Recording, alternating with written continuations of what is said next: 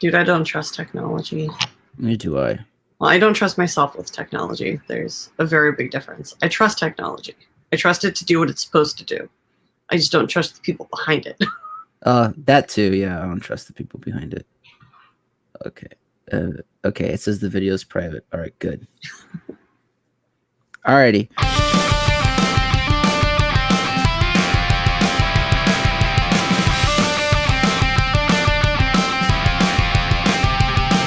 Hey everybody, welcome back to a fresh new episode of Speak Freely. I am, of course, Mr. Speak. I switched it. I used to be Mr. Freely, but now I'm Mr. Speak.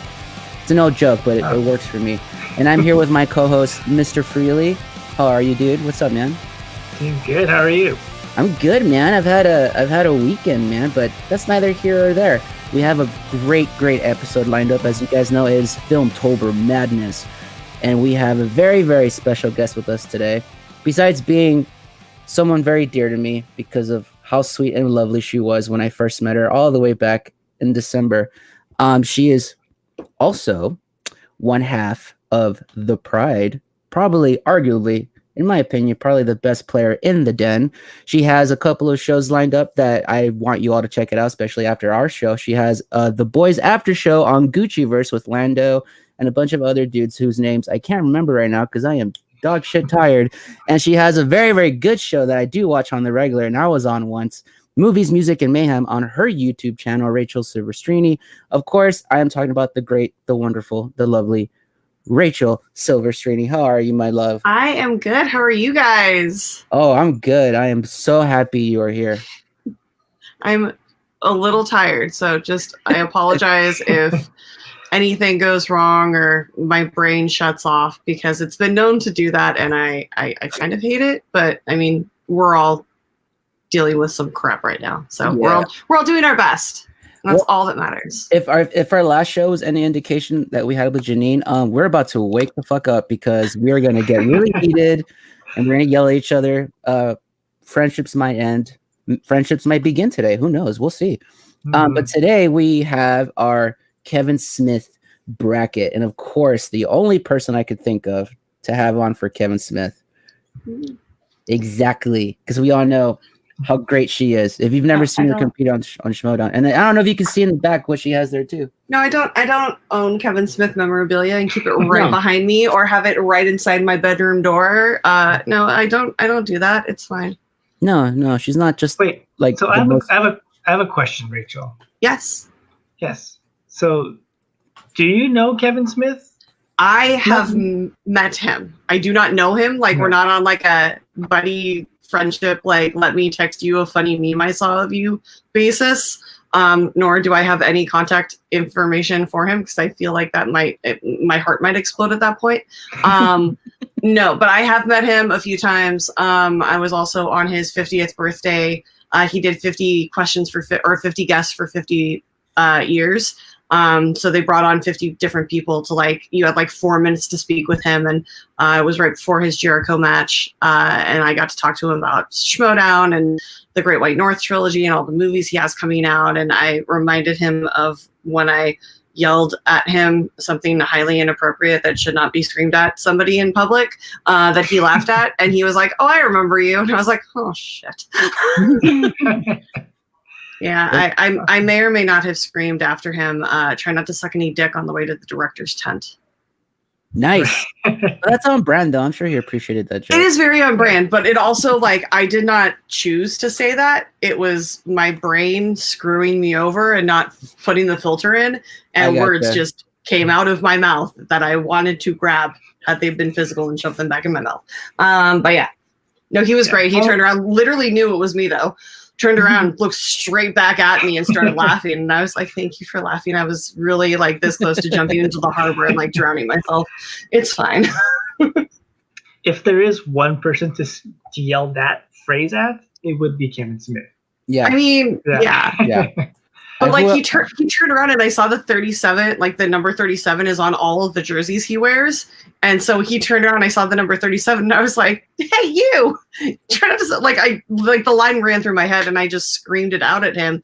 And then my friend grabbed my hand in fear for what was going to happen. And I lost all of the blood in my body. My heart rate just plummeted and spiked at the same time. It was awful. It was the most stressful 2 seconds of my life. Time just froze. You were like, oh no, the words. He turned around so slowly because I was like, please laugh, please don't be angry, please don't be mad. And he turned around and he just started cracking up, and I was like, oh thank God. Because you can't have your idols mad at you or disappointed. Yeah, that sucks. Yeah. And Kevin is somebody you never he just seems like the kind of guy you just want to be friends with, and you never ever want to let down or disrespect, because I have nothing but the utmost respect for him. So speaking of idols, I would love it if we all quickly went around and said what's our history with Kevin Smith? What was the first film we watched? And of course we got to start with you, Rachel, because since you are our esteemed guest, what's your history, your background with Kevin Smith? I told this to him when I met him that day at the because they were filming externals for Supergirl, which is when I screamed at him. But I told him that I started working for a movie theater when I was 15 years old, and I would get called in to fill in a bunch of shifts, which was probably massively illegal. I was working 42 hours a week, which was ridiculous, but I got to see free movies and I got to be around movies, and that's all I cared about. And I would come home every now and then from a really bad day, and I would just put on Clerks, and it would just make me feel better because it just reminded me of the camaraderie of my friends at the movie theater that worked there. And those conversations that Randall and Dante were having, I was having with my friends at work, over the radios when it was very slow on Wednesdays. I've been watching him probably since I was 13 or 14. It was definitely Clerks was my introduction. And because I worked at a movie theater and was around movie freaks like us since a very young age, I was really lucky to be introduced to Kevin Smith at such an early age, and then have them introduce me to everything else of his and just be like, oh, well, if you like that, he has all of these. And I was like, oh, this is the best thing ever. And then I worked in a movie theater and things kept coming out that I got to see for free. So, and over and over and over again. That's awesome. So, yeah. Brian, my dude, what's your history with Kevin Smith? Oh man, I think the first film I saw was probably Jay and Silent Bob Strike Back. Right, because that was what, 2001, maybe 2002. I think, yeah, 2001. Yeah, so I would have been maybe 8th grade going into high school. So it was just the perfect age to get into Kevin Smith, Just makes me feel so old. I was like, oh, I was getting out of high school right about that time. Awesome, cool. Yeah, but after that, I went back, look up the rest of the catalog, Clerks. I got to go see Red State at the New Beverly Cinema when he was doing his tour. That was so fun. Yeah, and then what led me more to get to know Kevin Smith was more of his comic book writing, actually. Right, a lot of his Green Arrow and Daredevil stuff, and that's when I really became a big fan of Kevin Smith. Yeah. How about you, David? My history, I've said this somewhere before, but my history was the first ever legal rated R movie I could get into was Clerks 2. And I just remember it was me and my friend, and we were the only ones in the theater at the time. And we were just laughing our asses off the whole film. It was the most to this day, it's probably still my favorite comedy. It still cracks me up in all the exact same spaces and places. And ever since then, I just like Brian, I just did a deep dive. I went back and I discovered Jay and Silent Bob Strike Back, and then I watched Dogma, Chasing Amy, Clerks, and and also too, I love his comic book stuff, man. Brian introduced me to the Green Arrow comic book, especially Quiver, which is in the to this day, it's just such an insane storyline comic book wise, but I kind of love it for how crazy it is. And that anytime Kevin Smith pops up on any comic book, I got his Batman Cacophony, I did his Bionic Man run, I think he did for Dynamite, and I just love the guy. And then getting to catch him, we've been to one Hollywood Babylon, I think, right? You and me, Brian? We did one, I think, when I visited. It was Fat Man on Batman. We did a Fat Man on Batman. So jealous. Fat Man Beyond, I guess it's called now. Yeah. Yeah, I have a little story behind that too with Mark Bernardin, who was very, very kind to me after, because he stays after and just talks to everybody. He's such a cool dude. But yeah, we did that. I've been to a couple of Hollywood Babylons, and I'm forgetting with who. I just assume it's with you because I don't really talk about Kevin Smith with anybody else. But yeah, I love the guy, and I got to see him on his Red State when he was touring Red State here in Houston. I went to an Alamo Draft House here. I got to catch him real quick for Tusk, and yeah, I'm a huge mark for Kevin Smith. Yeah, definitely stand Kevin Smith. Yeah, we stand Kevin without Smith. the violence and creepiness. Just yeah. I was telling my best friend, we were drunk and having a discussion about Kevin Smith, like you do, and I was like, because she is my hetero life mate. Like, I love her more than probably anybody else on the face of this planet, and I was like, I love you, but just so you know, if I have the choice between you or Kevin Smith as my life mate for the rest of my life, like, I'm gonna have to think about it. And she goes, yeah, that's fair. Because her Kevin Smith is Amanda Palmer or Neil Gaiman. Okay. Yeah, she loves them both. Like, that was like, her heart broke and shattered the day that she found out they broke up. But yeah, no, Kevin Smith is like my be all end all. I love him more in like the most non-sexual way. I just want to like hug him and snuggle and be like, tell me all of the plots, like tell me all of the stories. Like, I will literally sit at his feet and just like listen to him speak for days on end and just be riveted and be fine. Just, I love him.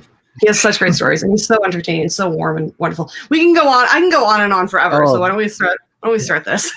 Yeah. Well, speaking of love, let's get into utter hatred of each other and let's do this. So if you guys haven't yet, make sure you have your brackets out, because we are about to start this. We have some really hard lineups. First up, we have Red State versus Jay and Silent Bob reboot. We have Dogma versus Yoga Hosers. Zach and Mary versus Cop Out, which I don't know. For me, it doesn't seem that hard. Luckily, it's a nice little easy yeah. hit. Jay and Silent Bob Strike Back versus Jersey Girl, and then Tusk versus Mallrats. And then, of course, we have some of those are play-ins because we have our number 1 seed Chasing Amy, our number 2 seed Clerks, and our number 3 seed Clerks 2. So we're just gonna jump into it, and let's do it with the easy one.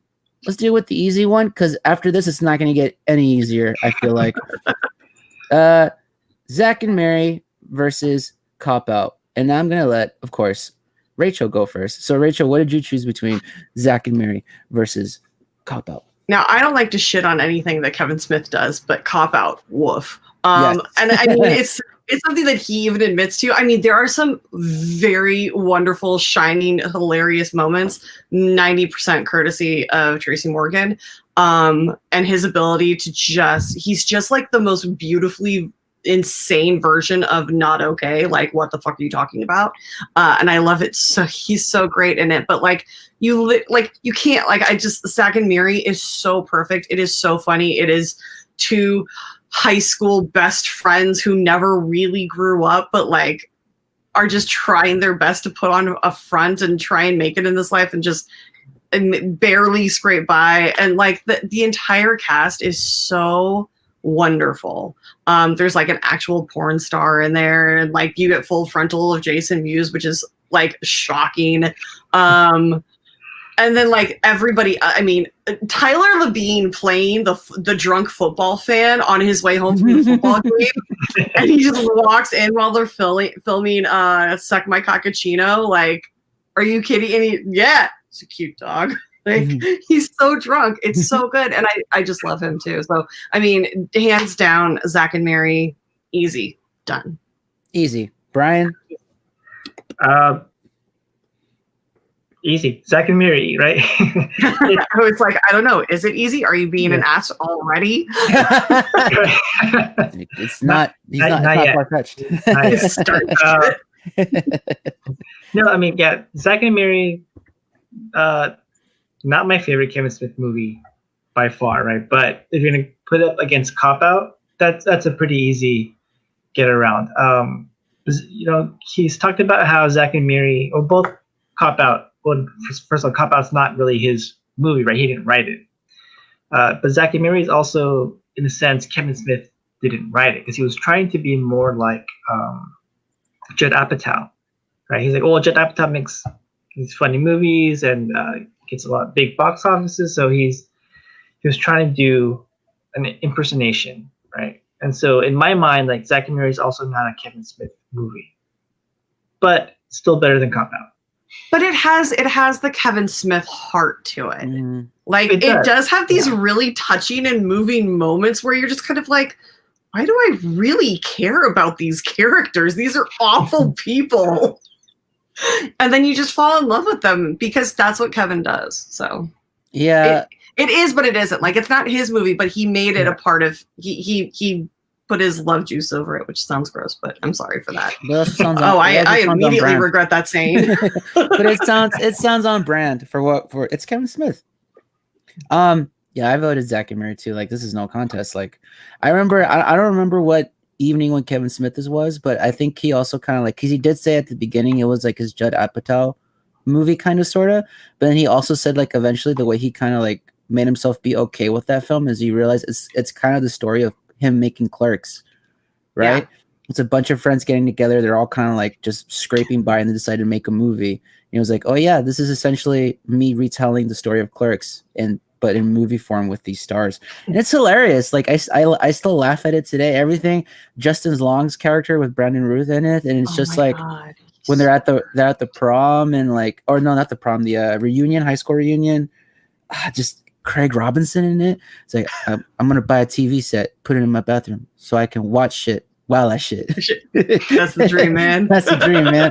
Just everything. Oh my God, the final scene and it's like she frosted me like I'm a fucking cake, like I'm a fucking cupcake. Yeah, it was so everything about that film is hilarious. Yeah, no contest. Zack and he did get Jeff Anderson to come back for that, which was amazing. Yes. I loved, like, there's something deep in my heart that shows how damaged I am for the fact that I just love the characters that Jeff Anderson plays, and I don't know why. But I'm like, I would give everything up to be with Randall for the rest of my life, probably. Yeah, that movie. And it's also, too, Kevin Smith finally accomplished his lifelong dream of getting Jason Mewes fully naked and on film, forever preserved. I'm sure he really had to try his hardest to get Jason to drop trow for a movie. Like, let's be honest. Like, you know how in every guy's group, there's always that one guy that's always down to get naked? Yes. Like the naked boy? That's Jason Mewes, I believe. Like, I think that was Jason from, like, early teens. And it's, you know what's funny? If you watch all the films in chronological order, you can kind of see slowly the progression of, like, he's almost there. We almost got Peen, right? Clerks 2. And then finally, boom. He's such a tease. Exactly. All right. So that was pretty easy. Oh, this is a fun time. We're all friends. It's all nice. It's all fun and games until someone loses an eye, and then it's just fun. Let's keep going. All right. Speaking of losing an eye and some limbs and your humanity, let's go with Tusk versus Mallrats. I think we should go with Dogma versus Yoga Hosers. Dogma? Oh, we could do that too. Yeah. Oh yeah, let's fill out that seed. Yeah. This one's gonna be easy for me. So I'll go first, if y'all don't mind. It's Dogma. It's Dogma for me. Number one, because I unfortunately never got to catch Yoga Hosers. Like, it was on Netflix for a while, and I was meaning to watch it, but I was in the midst of finishing my master's degree. And when I finally like sat down, I'm like, all right, I have time. It was no longer on Netflix. And I tried looking for it the last couple of weeks, and no one's showing it anywhere. So I'm like, all right, if I'm gonna buy it, I want physical copy, and I can't find it anywhere. So it was kind of like a big bummer because I actually legit want to watch it, and I can't. So for that reason, I'm voting for Dogma. And also, obviously, I love Dogma. Everything about the way Kevin Smith kind of battles his past Catholicism faith in it, but the characters in it are hilarious. Chris Rock's in it. Obviously, the characters of Jay and Silent Bob are hilarious in it. The whole like the duo of Ben Affleck and Matt Damon. I think that was right after Good Will Hunting, wasn't it? When it was before. It was before. Right. It was like around the same time because Kevin Smith mentions like they were in the midst of writing the script while filming it, right? Yeah, and it's been Affleck, yo, and Matt Damon, and it's just everything about it. And I'm just gushing because I really like the film too. So Dogma for me. So, Rachel, what did you have for? See, this one hurts my heart because there's something so wonderful for me about yoga hosers. Like, I love yoga hosers. It makes me laugh so effing hard. But like, you can't, like, it's so good and so rewatchable and so much fun, but like, you can't discredit the genius that is Dogma, because Dogma is, I mean, first of all, just look at the cast. You got Alan Rickman, Chris Rock, George Carlin playing a cardinal. Oh my God, This is hilarious. It's so hilarious. Like the tobacco industry. God Christ, if only we had their numbers. Oh my God, it's so good. His lines are just so perfect.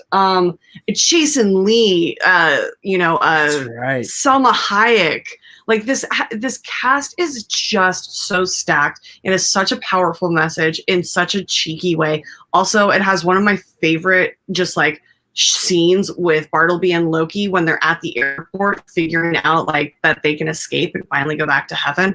The writing is superb. The message is amazing. The acting is fantastic. I mean, Janine Garofalo, like playing, the Jew who works at the Jewish girl who works at an abortion clinic with a Catholic girl. Like that's a joke that I swear I've heard my dad tell. Like, it's so beautifully put together, and it's so perfect. It's so good. So Dogma it is then. Dogma. Yeah. All right. Well, all right. Brian, do I even have to say anything then? just for to save face so we don't look like complete assholes. Yes, just real quick though. You got 2 seconds. Go. All right, yoga hosers. Done. All right. No, it's definitely Dogma. 100% Dogma. Oh, wow. So far, this is the complete opposite of what we've experienced. So far, we all agree. That's 2 for 2. Yeah. Well, I mean, we're all friends. Dogma is one of the most amazing, perfect movies ever made. So good. We got a shit monster in it, didn't we? We got a literal poop monster. Yeah. That's all you need to know about that film. There's a literal poop monster, and it's glorious. Go watch. It's so good. Oh my God, this scene with Chris Rock when he falls from heaven. It's like, wait, you know Jesus? No, my brother owes me $12. Like, just everything. That movie. Of course, he saw Jesus, man. He's rocking the ganj. I love it. She's like, I can't read this, and he just rolls his eyes. He goes, "It's Aramaic." Like, it's so perfect. Everything about it is just, oh my God. The scene where Ben Affleck and Matt Damon are at that corporation, he starts shooting everybody up. Oh, at Movies Headquarters? Yeah, Movies Headquarters. And just the end, he was like, you didn't say God bless you when I sneezed. Did you hear him when he left? He goes, "You're lucky this time." Just, that movie. Yeah. All right. Awesome. You forgot the magazine. Fuck! I can't believe you forgot the magazine. All right. Brian, what should we go into Tusk now, or should we do let's have Rachel pick? Rachel can pick the matchup. All right.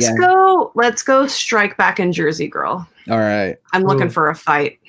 Okay. All right. Hopefully a tough one. Hopefully Brian can start off the fight. So Brian, what did you have for Jay and Silent Bob Strike Back versus? So this one was kind of tough because, like I said, Jay and Silent Bob Strike Back was like my first Kevin Smith film, right? And so that's like my introduction to who he is, and that has a lot of what Kevin Smith is, right?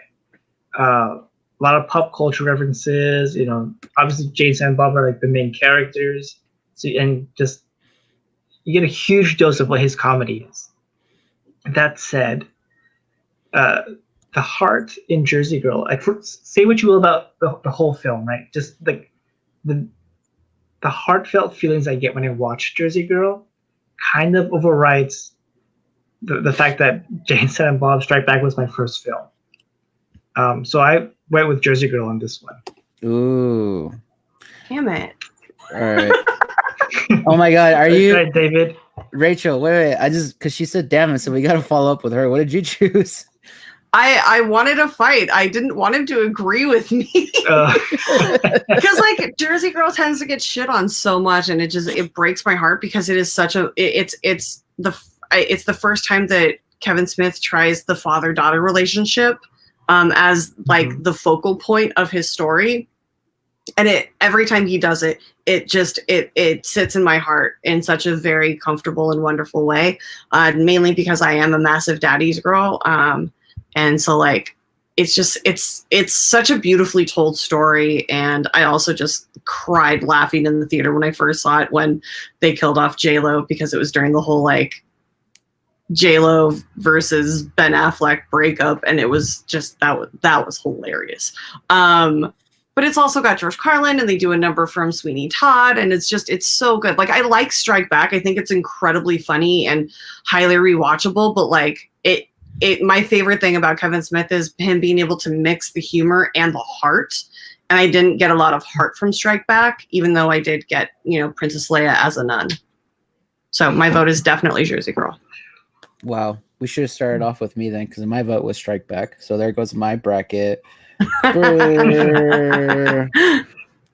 Well, Jersey Girl advances. I mean, what you guys said, it does have a lot of heart. I personally for me, Strike Back is like, it just hit at a certain point in my life, so that's why I chose it over Jersey Girl. And also too, just all the times Kevin himself doesn't really like Jersey Girl that much, but you guys have fair points, so you deserve the victory over me. So whatever, you're wrong, both of you. I hate you both. I hate this. I mean, we're not wrong. You're just. I mean, you're just wrong. I mean, you're wrong. I mean, tomato. You're wrong. Anyways, all right. This is the one I've been aching for. Tusk versus Mallrats. I'm choosing this because I lost.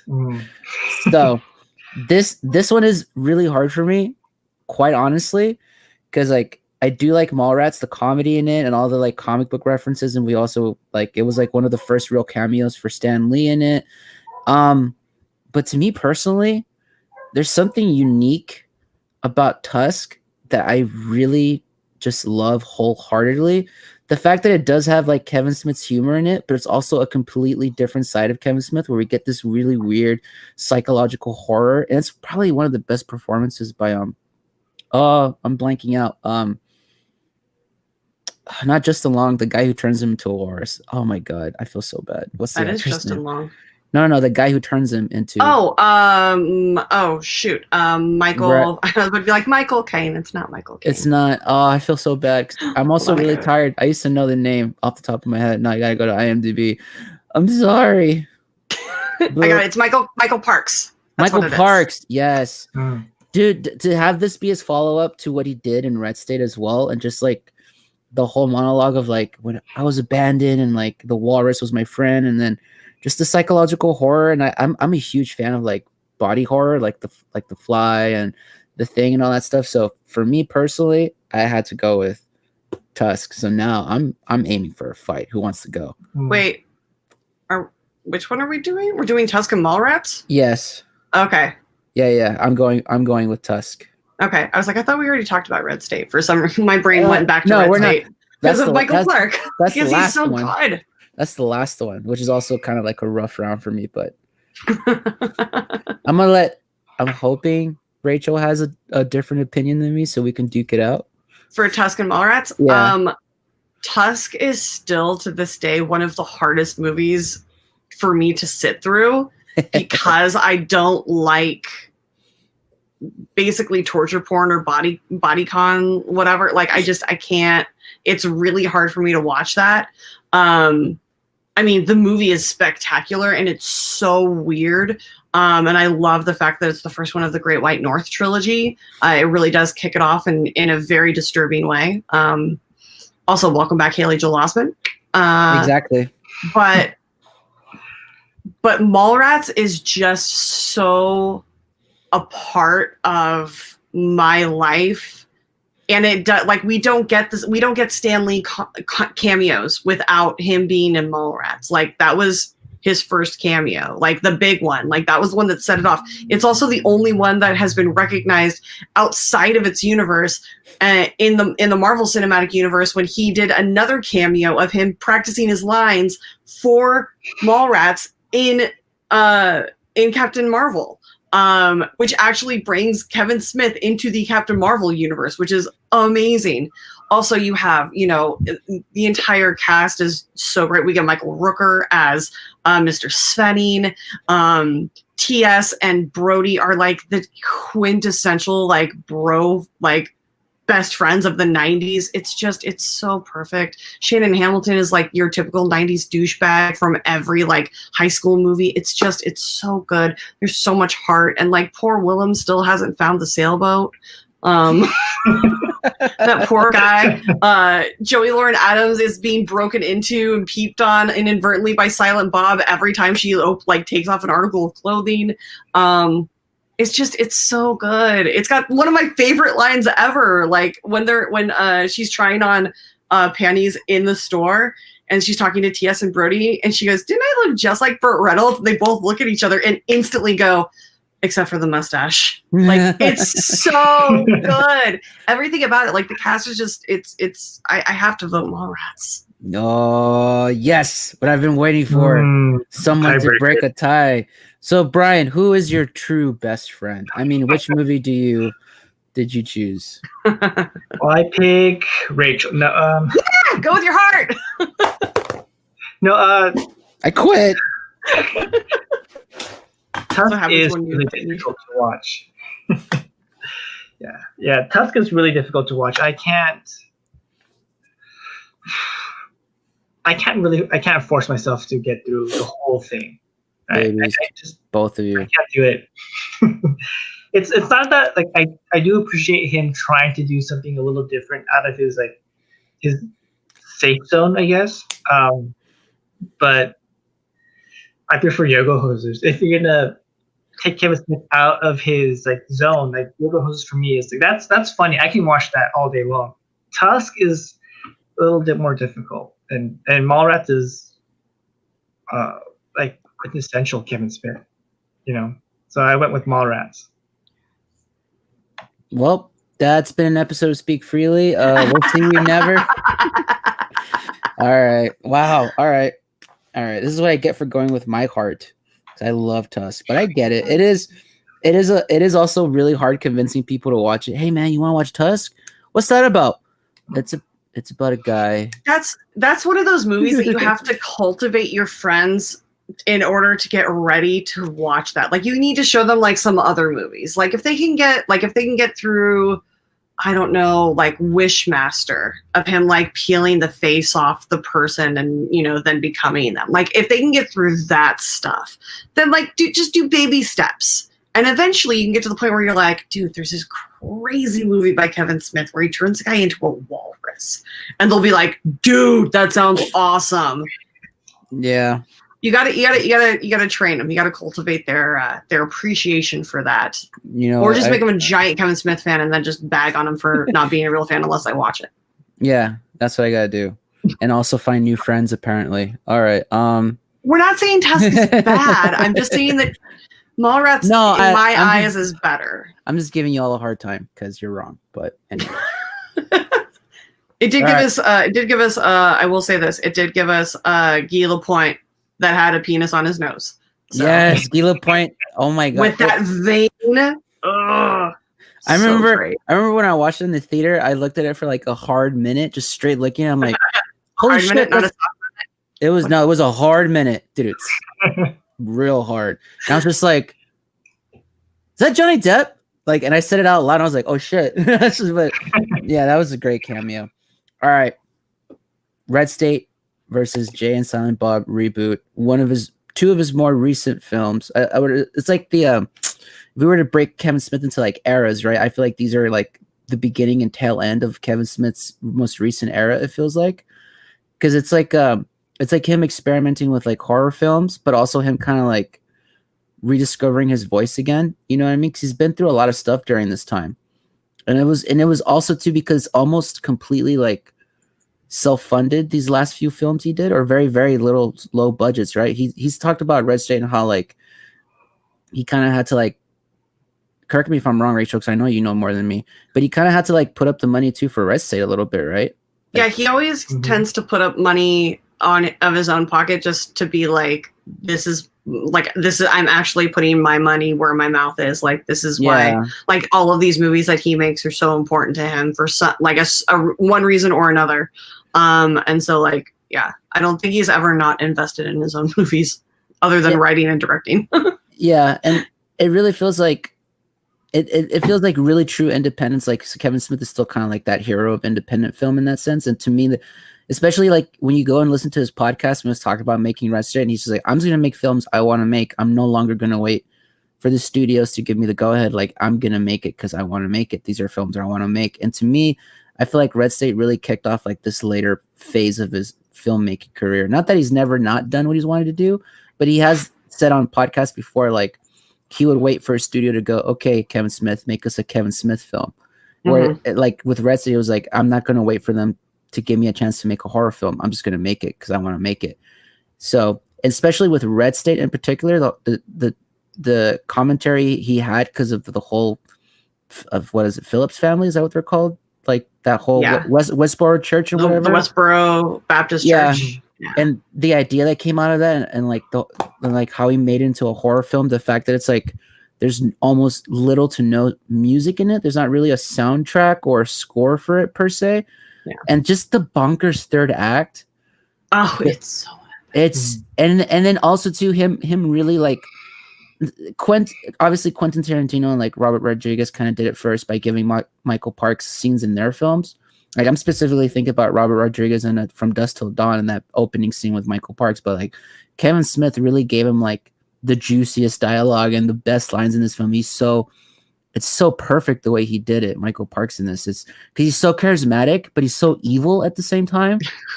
You know what I mean? Most evil men are incredibly charismatic. Yeah, so it's so wonderfully done, and when you hear Michael Parks' dialogue, where he's like, "It's like I'm gonna make him charismatic. I'm gonna make him kind of like a Joel Osteen type of guy," because he actually said the actual Westboro guy is really boring. He's like, "So watch you paint dry. I'm not gonna talk like this guy. No, I'll do more like an actual charismatic Christian," and it works so perfect. And you have John Goodman in it, and you have oh my god, the cast is so huge. I'm blanking out, but I love this film.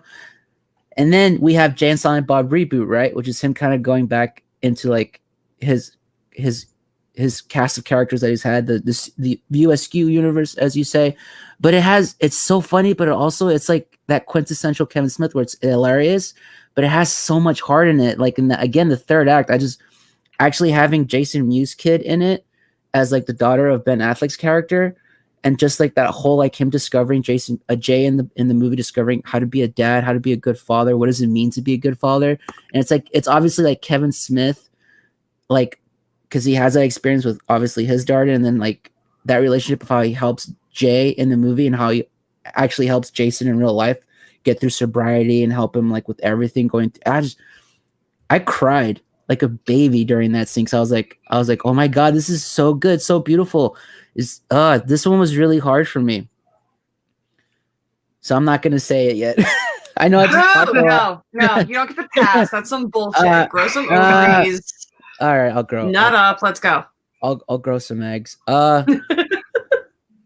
You know what, man? Yeah, I gotta go to reboot. I just think it's like it's Kevin Smith going back to form, but like in a very. It's the same way I equate like Quentin Tarantino's Inglourious Bastard, where it's like the pinnacle of like what Kevin Smith does, but it's like it's so perfect. I can't find anything wrong with it, in my opinion. So yeah, I'm going reboot. Who wants to go next? Good luck. Go ahead. You're up, Rachel. Okay.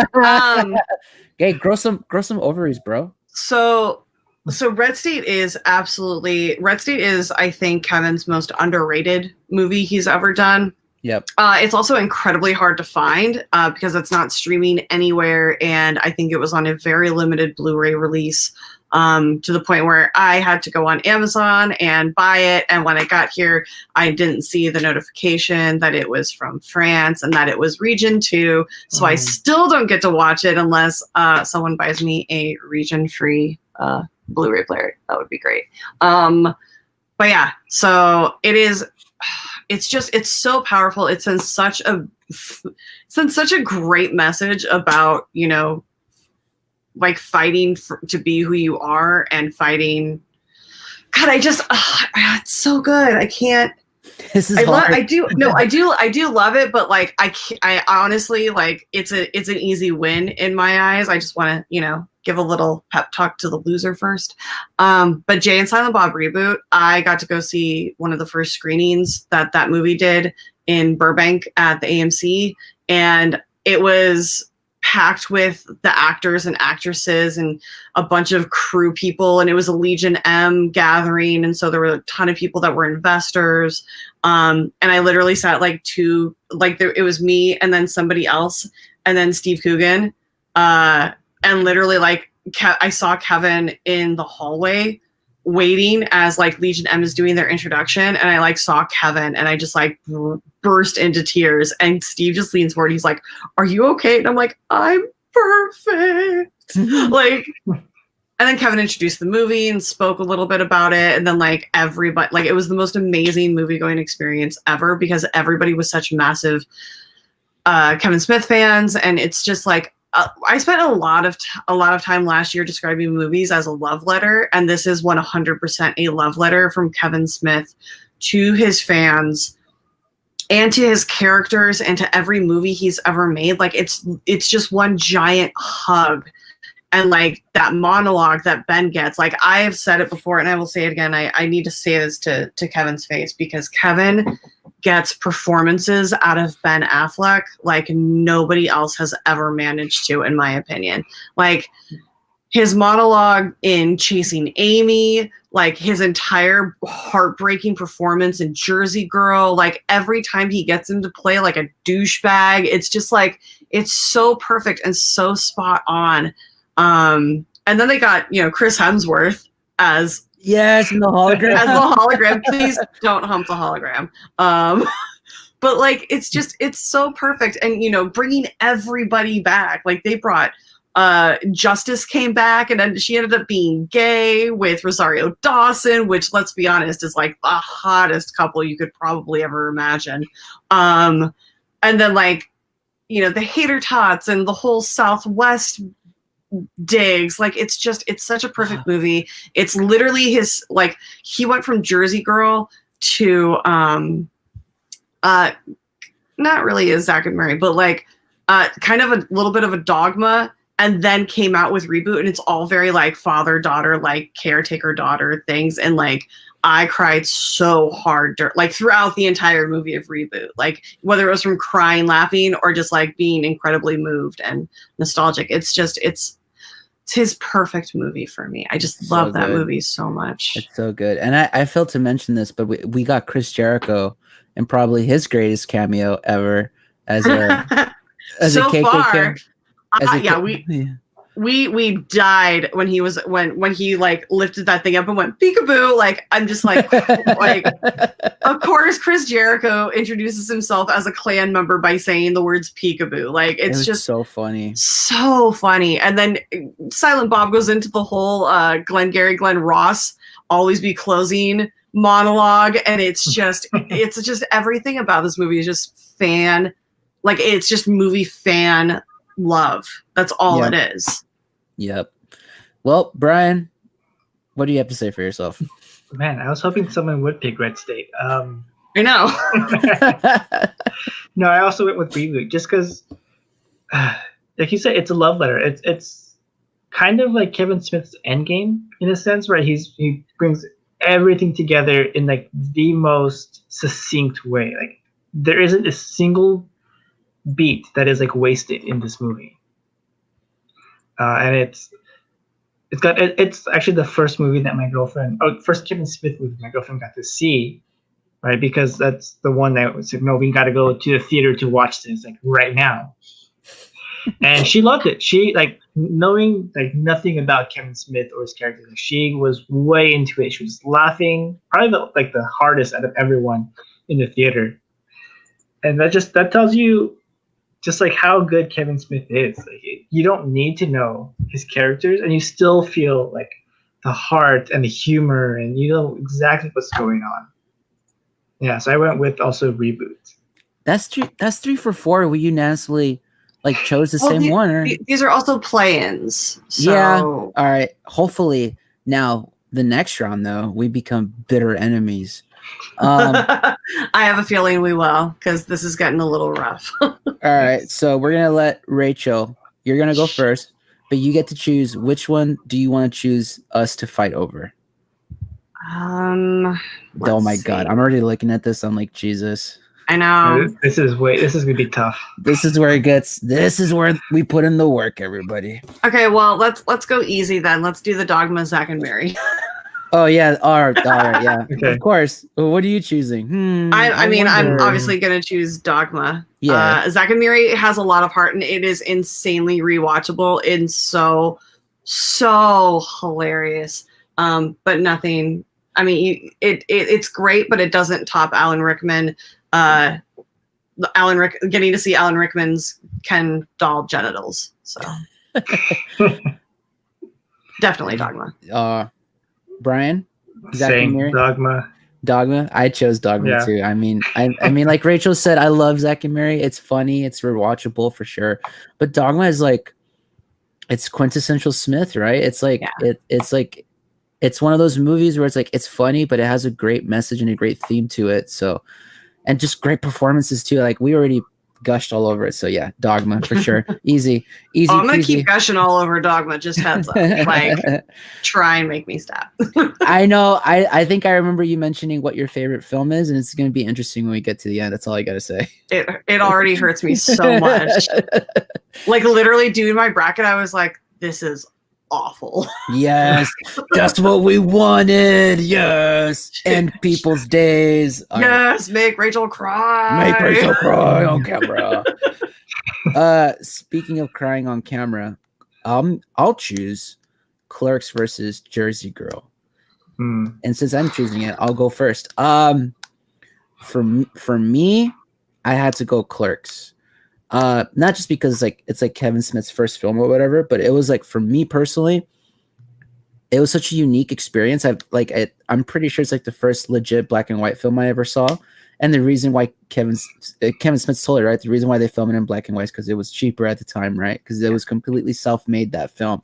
But everything about it, dude, the characters, the dialogue, it was literally, it's that moment where you're like, oh shit, this is me and my friends. Like this is literally the crap we do and say all day, every day. Like it was like something that I really, really related to in terms of like the voice, you know what I mean? Like this is what me and my friends talk about. This is the same way we deal with each other. Like we give each other crap. We just talk nonsense, and it's like talk about Star Wars and like dumb ideas of like just everything about it was just so great.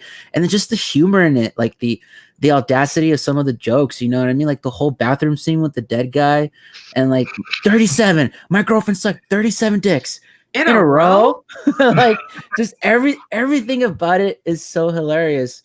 And for me, I know Jersey Girl has like a lot of heart, but to me, like Clerks, besides it being like it started it all for Kevin Smith, obviously without that film, we just don't get Kevin Smith, period.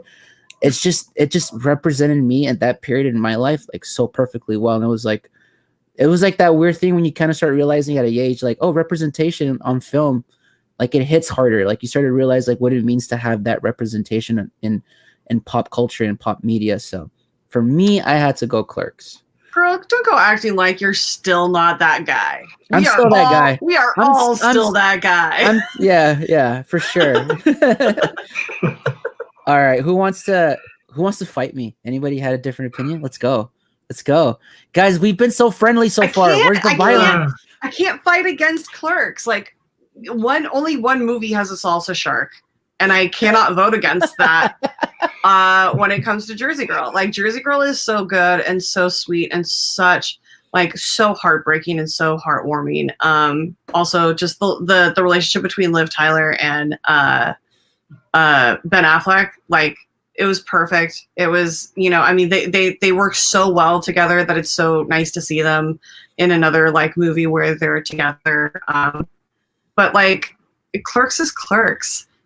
You know, it's you're introduced to the chapters and Randall being like this massive doofus, and yet he's incredibly smart and insightful, and like maybe a screw up and a dipshit, but he's also a smart dipshit. Like, he knows his stuff. He's a smart, uneducated man, and I just love him dearly. And I mean, you get annoying customer. Yeah, I can't vote against Clerks on this one.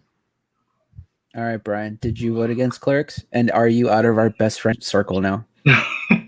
No, so I don't know if you can see my outfit, but I'm doing my best Randall impression right now. Yes, Right? do the berserker. It doesn't count.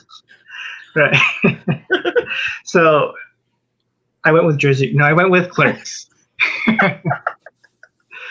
I thought this round was going to be rough, but so far we're 2-2. It's amazing. So like, everything you guys said, but like Clerks is probably one of the movies I think about on a weekly basis while I'm at the grocery store while I'm picking eggs, right? Gotta find that perfect dozen. Gotta find that perfect. I think about it all the time. And I think. Are you a guidance counselor? I'm sorry? Are you a guidance counselor? Am I a guidance counselor? That's the guy's I job. Used to be. That's the guy's job. Yeah. Well, I used to be. So. Oh my god. So that scene really, really spoke to you.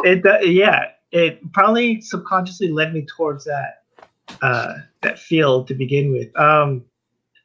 But what was I saying? I lost my train of thought. I'm so sorry. We're just gonna go. Clerks wins. Clerks. Wow. All We're right. doing the easy ones before we get to the really hard ones.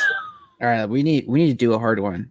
And that's what she said. Anyways. I mean, it's easier to do a hard one. Yeah. Sometimes. All right, Brian. You have to choose between Chasing Amy, Reboot, or Clerks 2 and Mallrats. Which one seems less difficult for you? I'm gonna go with Chasing Amy and Reboot. All right. What did you pick for Chasing Amy and Reboot? And oh, God help us. So, I love Reboot. I think it's one of his most perfect films, but Chasing Amy spoke to me in a way that I don't think any of his other films really have. I don't know, maybe might have been like my first introduction to what like a bisexual relationship could be like. And to me, at the time it captured the kind of lifestyle I kind of wanted, right? Like you get to like ink comic books, you get to go to bars and have fun, you get to meet people, and that still resonates with me, especially right now during quarantine. Like I really want to go out to a bar. Same. But it's the message behind it too is just like not just accepting who you are, but like accepting other people for who they are as well, right? And just kind of being a part of a little community. To me, that still resonates a little bit more than Reboot. So I went with Chasing Amy. Okay. Rachel, Chasing Amy. I thought I was going to have to fight you guys, but this is proving incredible. Like, what happened? Are we just hive minding it? It legit feels like we're hive minding it. It feels so like somebody killed the queen. This is really starting to hurt a little bit. But yeah, no, I love Reboot, and Reboot does like Reboot came out and was a wonderful, perfect version of a big giant hug from Kevin. But like Chasing Amy was the first time that I saw that type of material. Not just the first time I saw it, but like the first time looking back, it was the only time I saw it in my adolescence being handled with such care, and not kid gloves, because oh my God, there's nothing kid glove about this movie. Because, you know, between the whole like homophobia from Banky, and you know, him being like a closeted, I don't even know if he was closeted gay or if he was just attracted to Holden. But like that whole thing, and like how there was like, it was just such upheaval in like just representation, and how they're like, even back in like in the 90s, like there was still like a minority panel at New York Comic Con, and there still has to be that one. It's not like it's a mainstream one. It's like off to the side that hardly anybody attends, which also gives us like one of the best fucking lines in the entire View Askew universe when they're at the panel and he's talking about how sci-fi has robbed the black man of like their rightful place, and he says the word Nubian, and Jason Lee stands up and goes, "What's a Nubian?" Crying in laughter. Like that entire scene, every time they go back and forth, like, and then just the black rage. Oh, it's so great. But the way that they showed every single relationship was just done with such honesty and care without sugarcoating anything. Like it was all very upfront and honest, but it wasn't like everything turns out okay, guys. Like, I mean, we don't, and to be fair, we don't get the most important scene in Reboot without having Chasing Amy. Mm-hmm. Because that scene with Ben Affleck and yes, Jason Mewes' daughter, but like I legit when he came on screen, I knew he was coming up.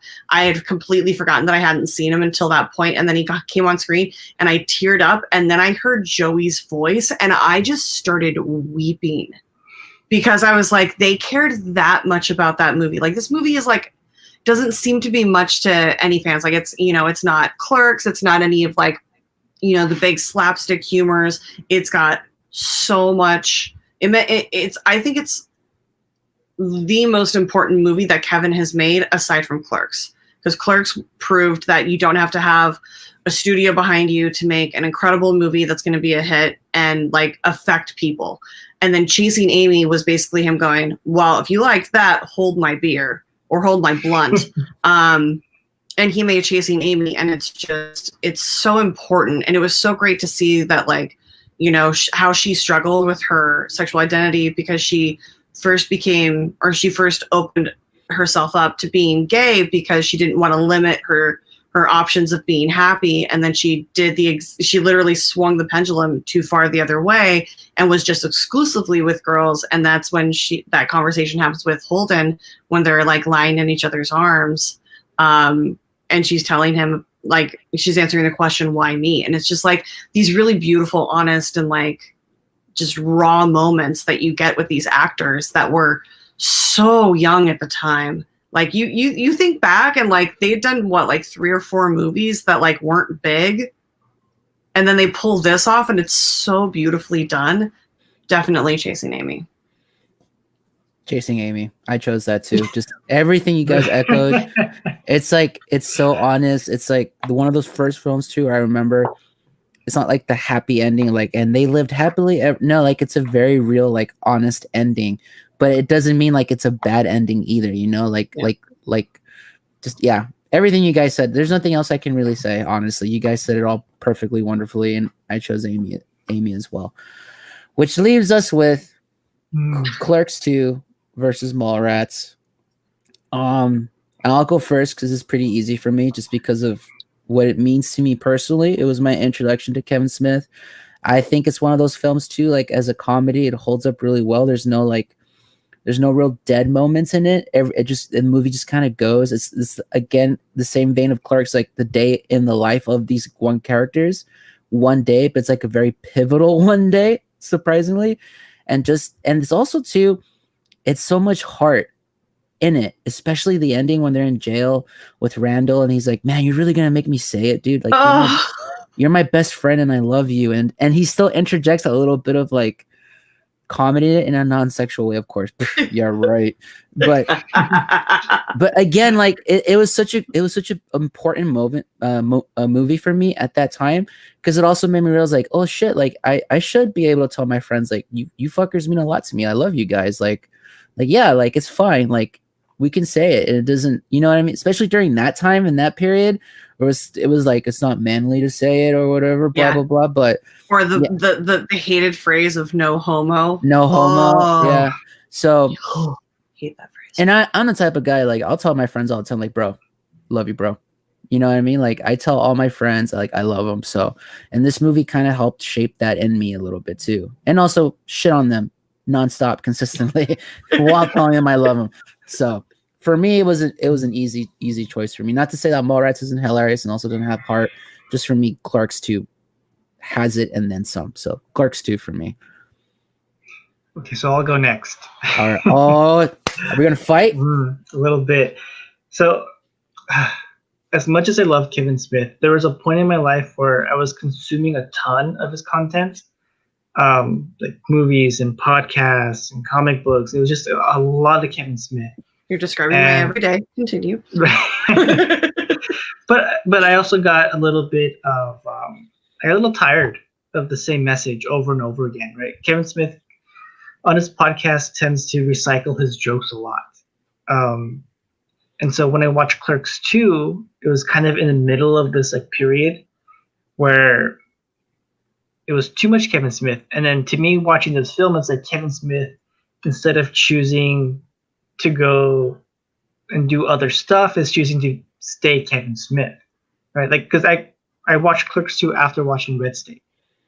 And like I really like Red State. And watching Clerks 2 was like, oh, but then you're just regressing back to what you used to be.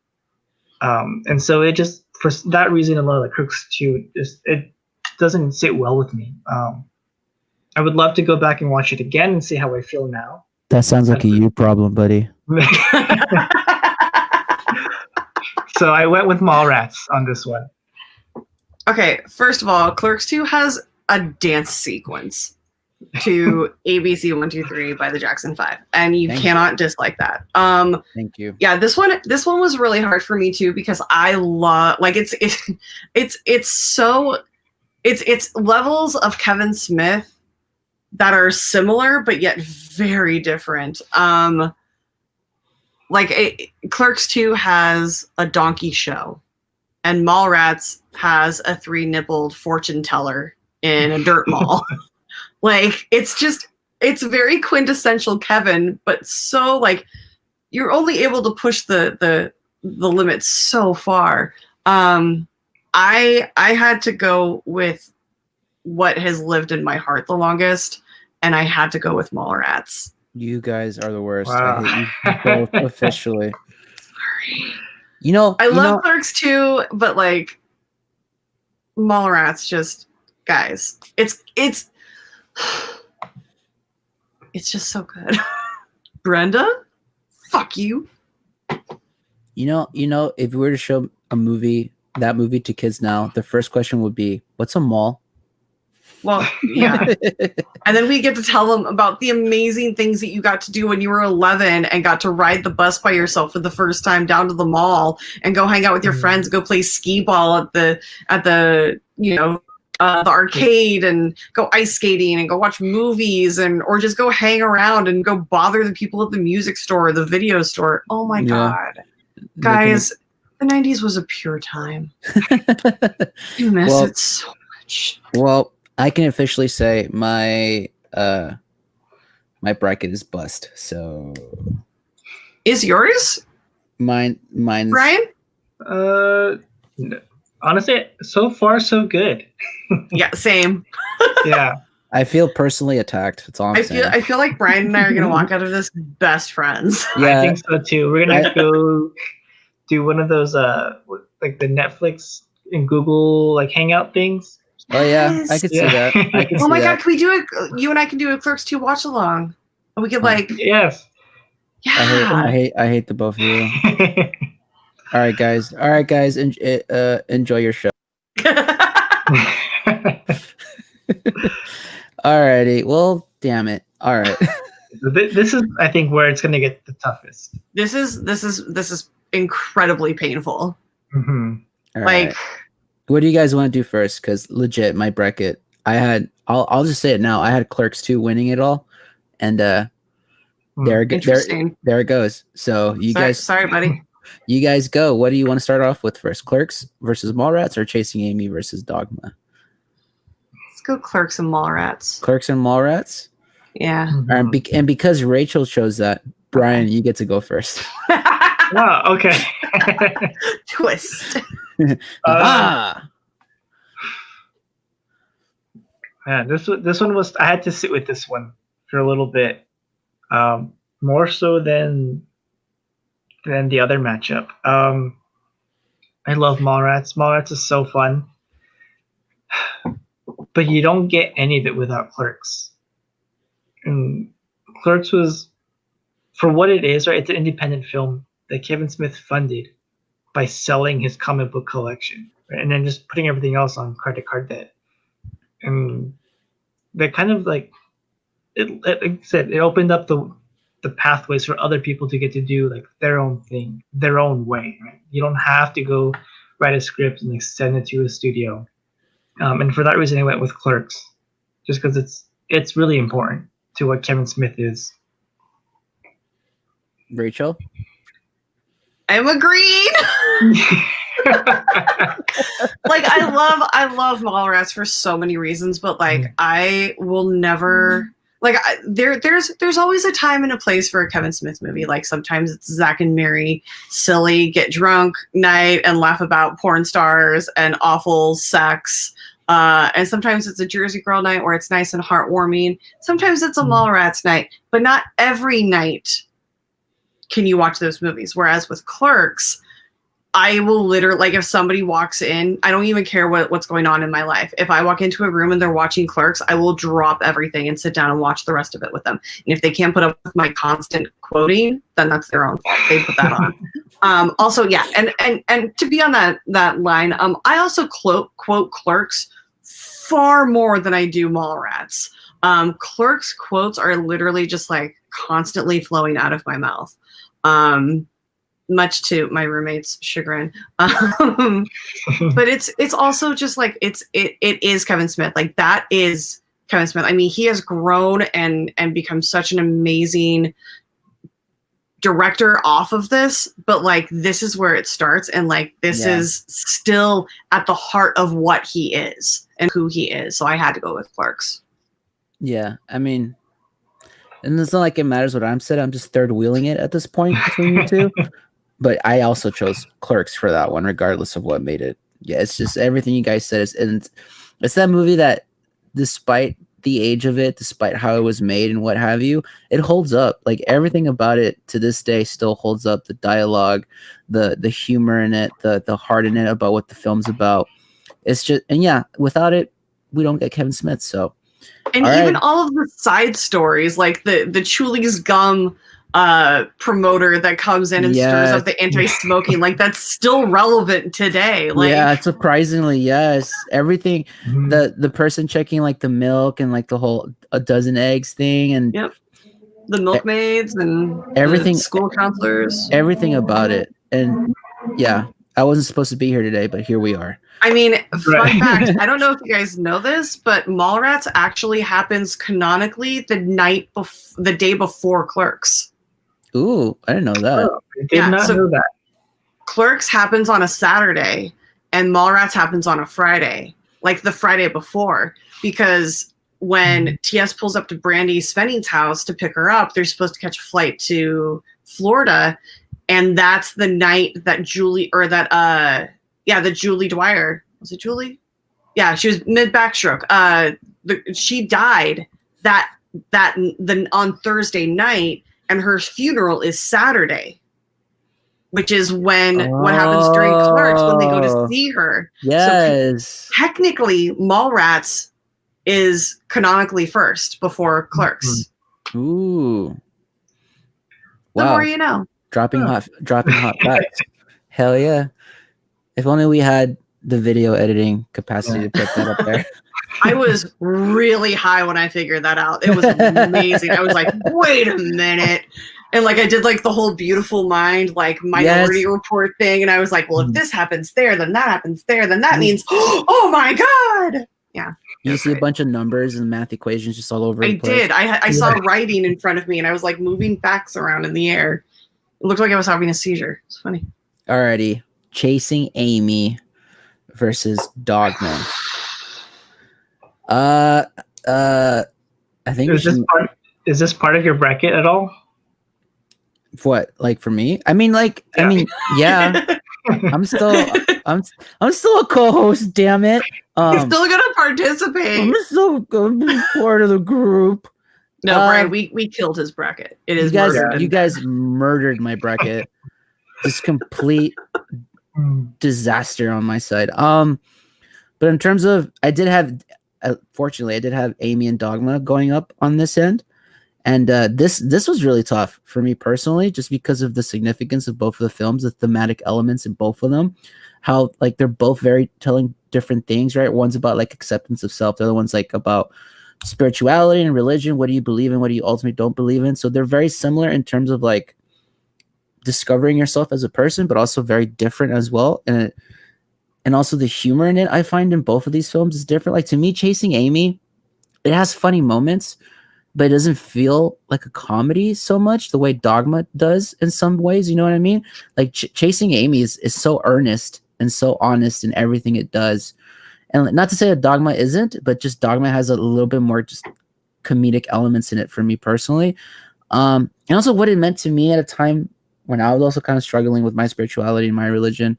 Yeah, I ultimately went with Dogma for me. So I'm gonna let you guys duke it out now because apparently it doesn't matter what I fucking think. So Yeah, Dogma was really important to me. It literally highlighted exactly how I felt about organized religion, because I was brought up Lutheran, and I made a deal with my mom that I would go through confirmation at 13 and confirm my faith in the church. But then after that, I have full, because in the eyes of the church, I am an adult. I have full say in how I treat my faith and how I react and act on it, which means I get to pick whether or not I go to church. I get to pick whether or not I participate in youth group.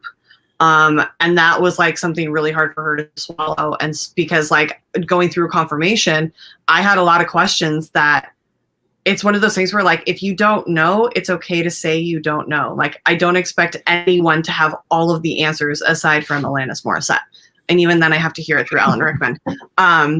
But like for like spiritual leaders that wouldn't say I don't know, they would like quote other passages and like say things like of their beliefs and not of like there was no middle ground. It was all very like black and white, and I didn't really appreciate the way that they treated me and as somebody young in my faith and developing my faith, and just trying to find a guide. And so when I found Dogma and the whole, it's not what you believe, it's that you believe, you just have to have faith. Your heart's in the right place. Your brain's just got to wake up.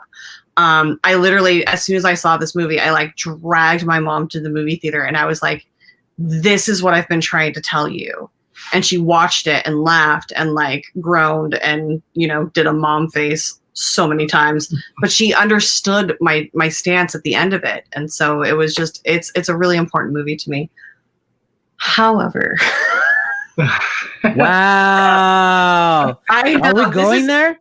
This is the hardest thing because these are literally my nut, like all four of these are my 1, 2, 3, and 4, and they change on the daily. But like Chasing Amy, I've been rewatching that lately, and it just hits differently in my 30s because you go through a lot in your 20s. You're still trying to figure yourself out. I thought that I would at least have a better grasp on who I am and what I'm doing. And then I got off the road and I was still struggling. And now everything is shut down in my entire life. Like who I completely identified as has completely been rewritten. And so like watching Chasing Amy, it just kind of like, it just really speaks to me on a really brilliant level. And it has so much humor and it has so much heart. And it surpasses Dogma today. Wow. By like, that's an upset. By I like did not see that come from you. Wow. Okay. Whoa, Brian, good luck, man. You're the tiebreaker, dude. Wow. This one was actually pretty easy for me. Ooh. Okay. I did not grow up in any kind of Christianity, and my parents were Buddhist, but I didn't really grow up religious either. And so that said, it's really hard to escape Christianity while you're living in the United States. It's everywhere. It's part of your education, whether you want it or not. And so in God we trust. Yeah, and so watching Dogma, like, yeah, those were also questions I had as someone who didn't participate. Right? It's just I don't know how to say it, but it didn't like it spoke to me in the sense that like I had questions, but it didn't speak to me in the fact that like it wasn't very personal for me. It didn't resonate for you. It didn't at all. Yeah. But Chasing Amy, it's just about people and relationships and how people deal with things. And those are the kind of stories like I always kind of resonate with, or they resonate with me. And so I went with Chasing Amy on this one. Wow. So it looks like Amy makes it to the final round. I was completely off. I had Dogma at the end. I don't even have one of my finalists. So, man, this is hard, guys. This is where I'll take the lead on this, because if I need to break the tie, I'll break it. But this is really between Brian and Rachel now, and honestly, I'm fine with it because I can just coast now. So we have Chasing Amy and we have Clerks. Arguably, probably the two most important films in Kevin Smith's filmography. Obviously, I would honestly say it probably is the two most important films in all of his films, right? Because we have the beginning and we have like what kind of made him like a critic darling as well in a lot of people's eyes. So to start us off, I have to start with our guest. I'm sorry. I know this is hard looking at it too. I don't know what I would choose, but Rachel, for the win. To choose the definitive Kevin Smith top film, regardless of what anybody else says here and after, before and after, who do you have between Chasing Amy and Clerks? So when I literally, like, this is my bracket. So when I came to this, I literally was thinking, I was like, okay, well, does it come down to characters? No, it doesn't come down to characters. I was like, does it come down to like heart and sense of humor? I was like, no, it can't. Like, you can't compare the two.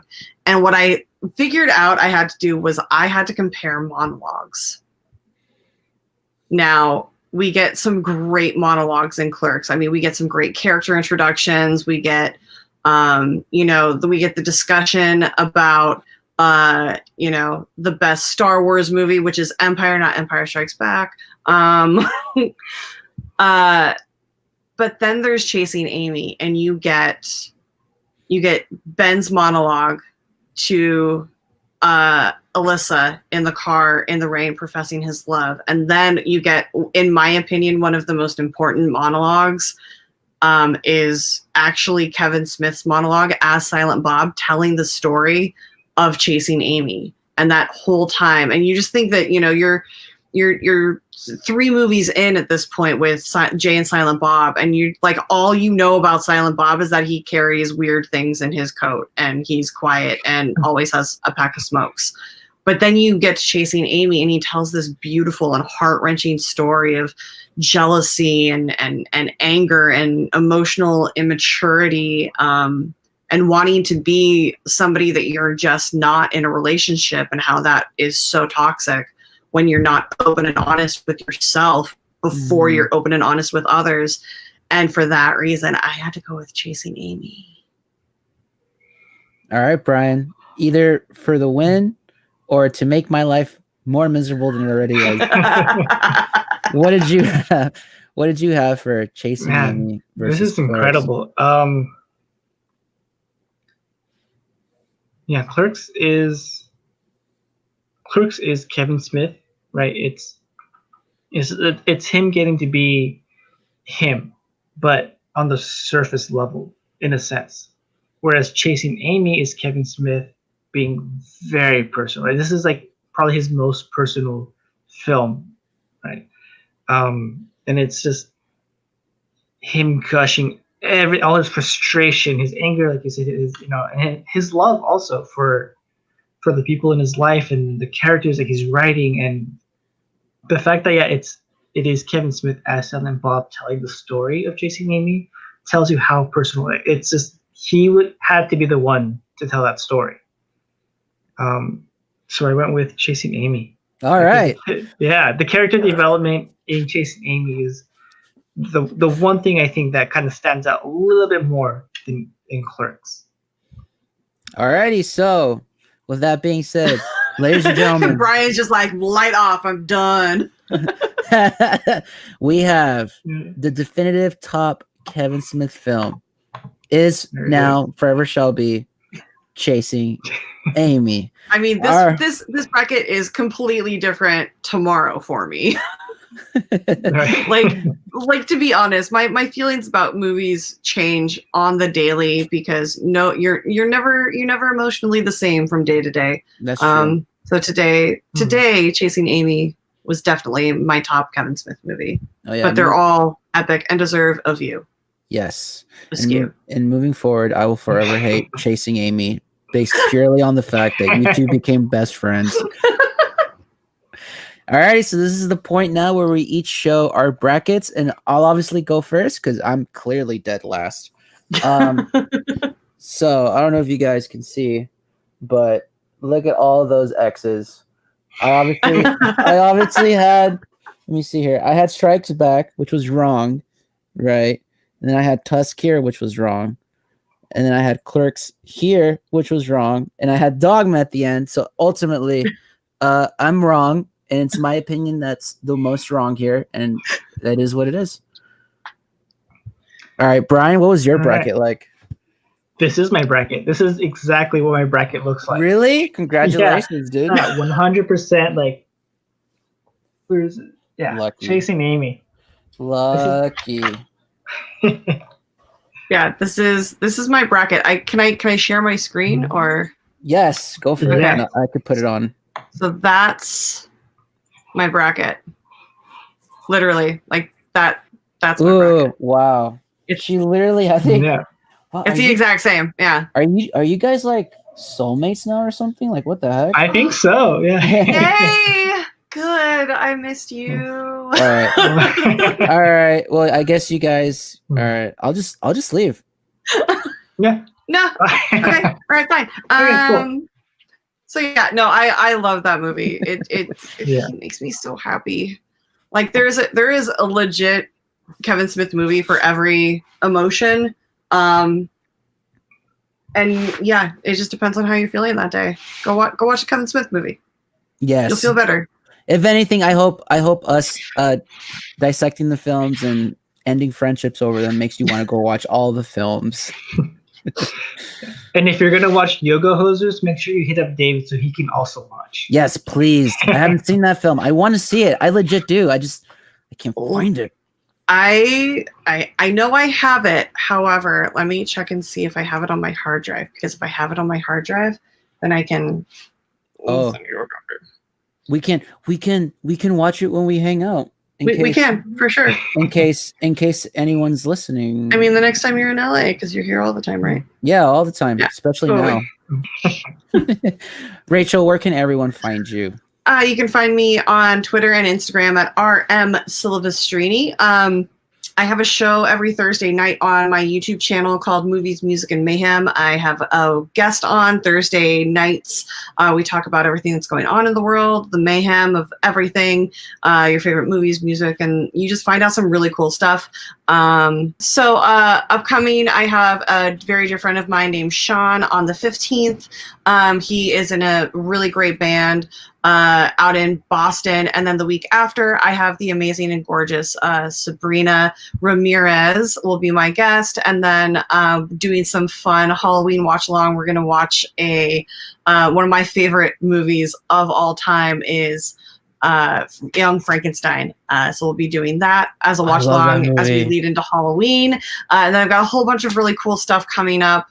So come hang out. And then on Fridays or Saturdays on the Gucciverse, I am part of a after show for the boys, where we get to talk and hang out and talk about all of the weirdness and violence and swearing and our favorite C word of the day. So awesome. Yes, please go check all those out. Rachel's besides being obviously a sweetheart of a person, she's a very, very great host and a very great friend, and also a hell of a competitor as well on the movie. Thank you. Brian? I really do try. Despite my record, I really do try. Brian, where can everyone find you? On Instagram, not Twitter, at Kuno_stars. That's right. And you can find me at DavidBMusic21 on Twitter, Instagram, Twitch. Also, you can find our podcast at Speak Freely Pod, also on Twitter and Instagram. On most podcast feeds. And obviously, if you're watching this on YouTube, make sure you hit that subscribe button if you aren't already subscribed. If you are, turn on the notification bell so you can be up to date on FILMTOBER Madness. Leave a comment. How was your bracket? Was your bracket as busted as mine? Were you smarter than me today? Go shit on me in the comments down below. Don't do that. And guys, thank you all so much for joining us. Please make sure to tune in next week when we have Disney Princesses with the wonderful Abby Friel. That's right.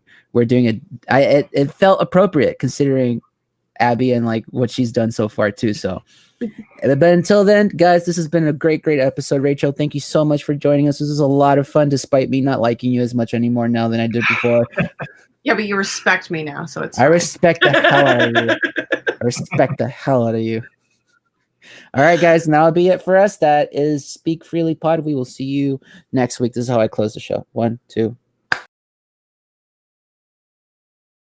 All right. That was fun. That was awesome. Thank you.